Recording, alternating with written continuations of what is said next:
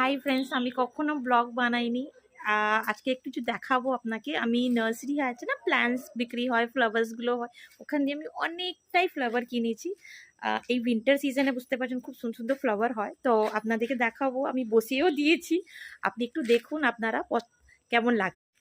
এই দেখুন, আপনাদেরকে দেখালাম এখান দিয়ে শুরু করে আমি সবই গাছগুলোর নামটা আপনারা জানেন, বলতে হবে না। খুব সুন্দর লাগছে কিনা প্লিজ কমেন্টসে বলবেন।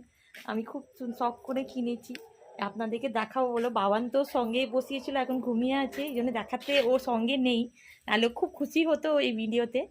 তো এই সাইডেও আছে, বালকানিতেও রেখেছি ফ্লাওয়ারগুলো, বেশ সুন্দর বড় বড় ফ্লাওয়ার্স দেখুন, বুঝতে পারছেন।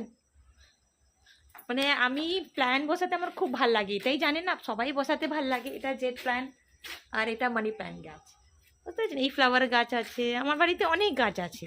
কোন গাছ নেই বলুন, অনেক নেবু গাছ আছে, দেখবেন নেবুতে ফুল হয়েছে এবার, মানে ফল হবে এবার, ঠিক আছে। এটা নেবু গাছ, এটা একটা ফ্লাওয়ার গাছ। তারপরে এটা কলা গাছ, কলা গাছে তো এখনো ফল হয়নি, একবার হয়েছে, তারপর আর হচ্ছে না, কি জানি না কি দিতে হবে।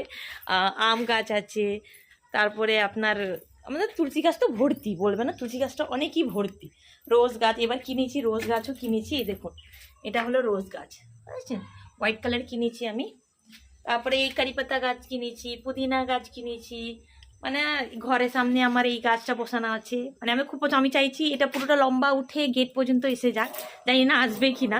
তারপরে এই গলিতে আমাদের মাটি ফেলা আছে, তো এখানেও আমি গাছ বসিয়েছি, বুঝতে পারছেন। এই দেখুন অনেক গাছ বসিয়েছি, মানে আপনি বলবেন না, মানে আমার বাড়িতে বেশ ভালো গাছ। দেখি দেখিয়ে দিয়েছি আমাদের বাড়িতে কি কি গাছ আমি কিনেছি।